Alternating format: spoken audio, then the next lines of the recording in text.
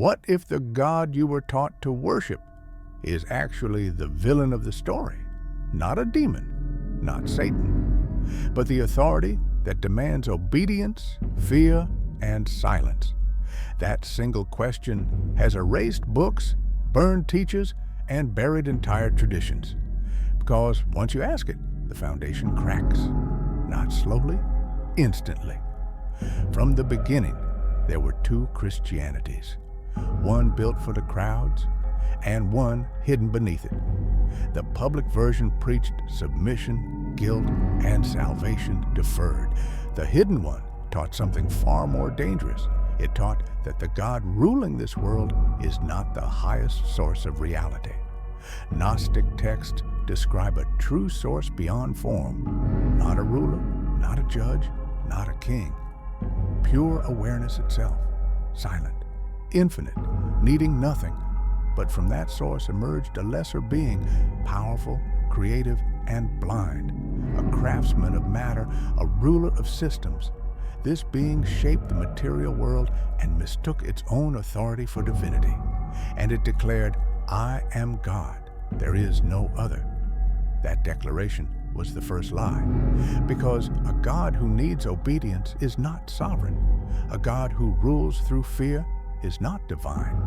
Sin was not discovered, it was designed. Guilt became leverage. Shame became discipline. Humanity was taught to kneel, not because it was broken, but because broken people are easier to rule. This is why Jesus was dangerous. He did not come to reinforce this system. He came to expose it. He didn't preach obedience. He taught perception. He didn't point upward. He pointed inward. The kingdom of God is within you. Those words were not comforting. They were explosive. Because if the divine is within, then no institution owns it. No authority mediates it. No throne controls it. Jesus said, "You are gods," and warned that the rulers of this world do not know the truth. These were not metaphors. They were fractures in the illusion. The Gnostics understood this.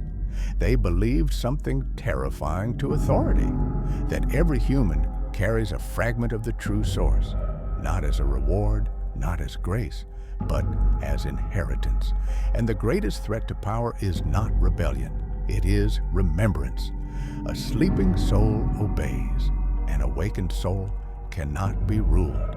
That is why the world feeds you distraction, noise, urgency, and fear. Silence is dangerous. Stillness is forbidden, because silence reveals who you are without permission. The cross was not a sacrifice demanded by love. It was a warning delivered by power.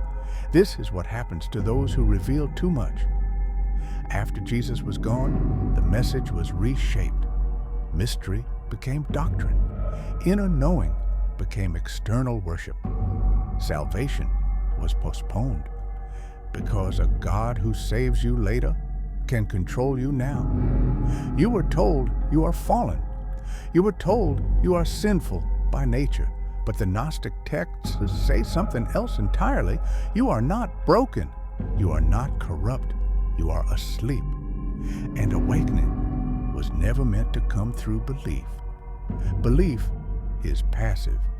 Awakening comes through direct knowing, through seeing without filters, through remembering what was buried beneath fear. So ask yourself this, not as rebellion, but as clarity. Who benefits if you never wake up?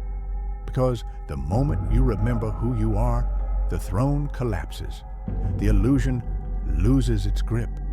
And the God that ruled through fear is exposed, not as divine, but as a mask. And that is why this knowledge was buried.